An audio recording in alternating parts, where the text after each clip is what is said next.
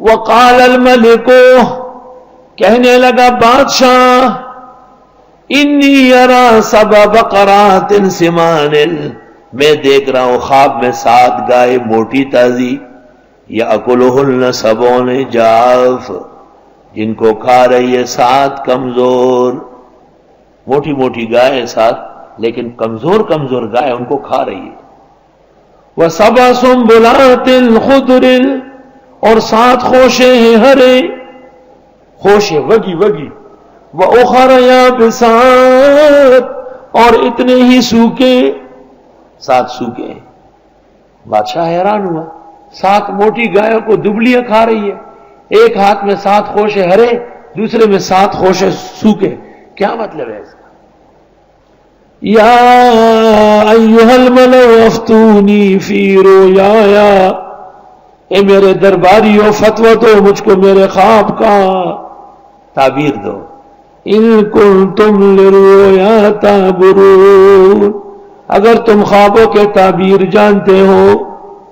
قالوا اضغاث احلام، کہنے لگے خواب ہے پراگندہ، یعنی بے معنی، گائے ہے موٹی ہے اور پتلی ہے اور خوشے ہے اور روکے ہے اور سوکھے، یہ کوئی خواب ہے؟ ہاں، جب آدمی جانتا نہیں تو ایسے ہی کہتا ہے، جانتا نہیں نا، یکدم سمجھ گئے کہ ہم نے تو اس کو اضغاث احلام کہا، اور اگر کچھ بگڑ گیا تو بادشاہ ہمیں سزا دے گا، فوراً کہا وَمَا نَحْنُ بِتَأْوِيلِ الْأَحْلَامِ بِعَالِمِينَ، ویسے ہم تعبیر و رویا کو جانتے نہیں۔ اور جب جانتے نہیں تو چپ رہو نا، شیخ فرید اخلپٹا بہتری ہے۔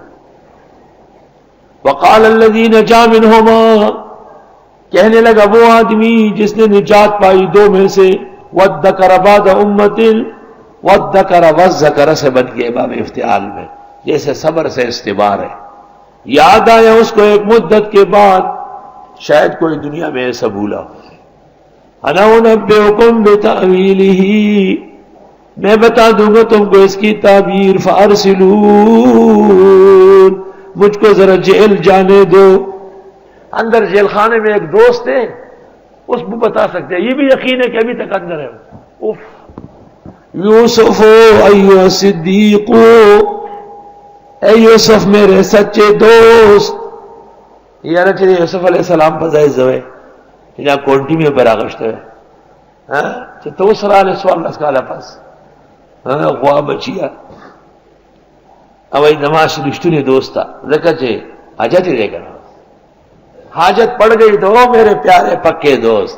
افتنا فی 7 بقرات سمان، تعبیر دے ہمیں 7 گائے ہیں موٹی تازی، یاکلہن 7 جاف، کھا رہی ہیں ان کو 7 دبلیاں،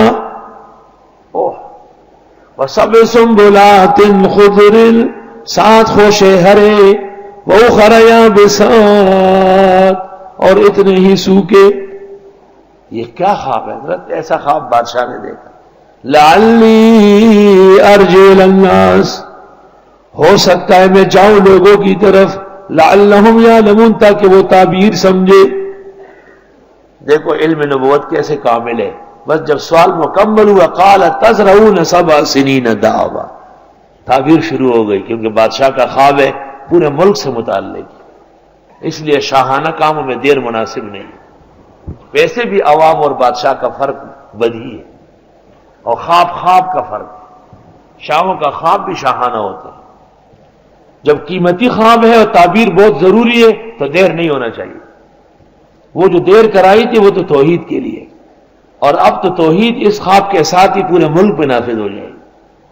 تزرعون 7 سنین دابا، بیج بو گے 7 سال پے در پہ۔ استاد محترم مولانا لطف اللہ سے جب کوئی پوچھتا کہ نیوٹن میں کتنے رہے تو فرمایا 7 سنین دابا، 7 سال مکمل۔ بیج بو گے 7 سال پے در پہ، فما حصدتم فی فذروا فی سنبلہ، جو تم کاٹتے ہو رہنے دو خوشوں میں، اناج نکالو نہیں خوشوں میں چھوڑو، تو خوشوں میں جب دانا لگا ہوتا ہے خراب نہیں ہوتا۔ الا قلیلا مما تاکلون، مگر تھوڑا کھانے کے لیے۔ ثم یاتی من بعد ذلک 7 شداد، پھر اس کے بعد آئیں گے 7 سال سختی کے، کوئی اناج نہیں ہوگے گا، بارشیں نہیں ہوگی. یا کلنا ما قدمتم لہن، کھا جائے گی جو تم نے پہلے جمع کیا تھا ان کے لیے. الا قلیلا مما تحصنون، مگر تھوڑا سا وہ جو تم ذخیرہ کرتے ہو، بیچ کے لیے رکھتے ہو. ثم یاتی من بعد ذلک عام، پھر آئے گا اس کے بعد ایک اور سال، فیہ یغاث الناس، جس میں لوگوں پر بارشیں ہوگی. وفیہ یاسرون، اور اس سال میں سب لوگ شربت نچوڑیں گے، رس نکالے، ہر پھل سے رس ٹپکے. حضرت نے اشارہ کیا کہ 7 موٹی گائے 7 سال اچھی فصلیں ہیں، 7 دبلی گائے کھا رہی ہے، اس کے بعد 7 سال قحط سالی ہوگی. یہ 7 سال میں جتنا سٹاک ہو چکا ہے وہ 7 سال میں ختم ہو جائے گا.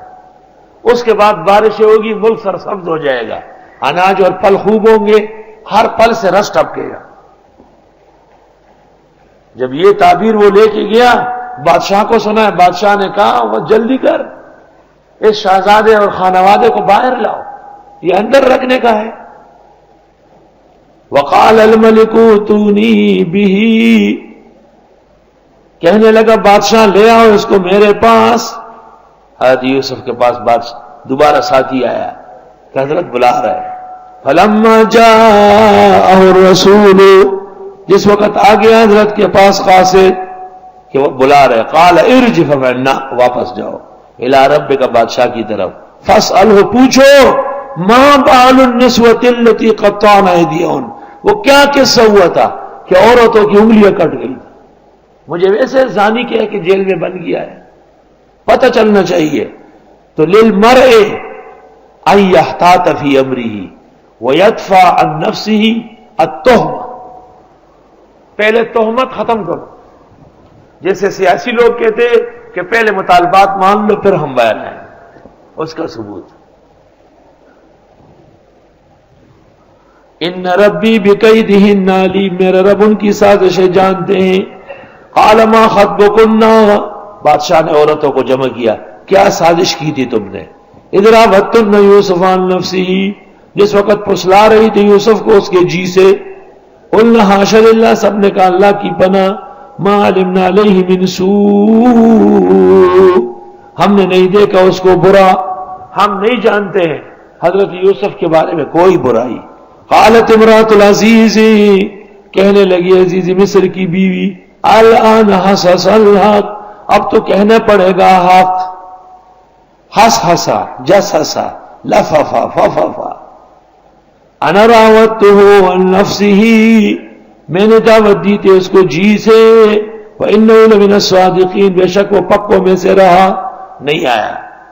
ذالک لیعلم، یہ اس لیے کہ بے شک وہ جان لے، انی لم اخنہ بالغیب، کہ میں نے خیانت نہیں کی اس کے ذریعے موجودگی میں. وان اللہ لا یہدی کید الخائنین، اور اللہ نہیں چلنے دیتا ہے سازش کرنے والوں کی. یہ بیان کس کا ہے؟ امرأۃ العزیز نے تو صاف کہا کہ میں نے شرارت کی تھی، وہ پاک ہے. ذالک لیعلم، یہ اس لیے تاکہ ان کو پتہ چلے.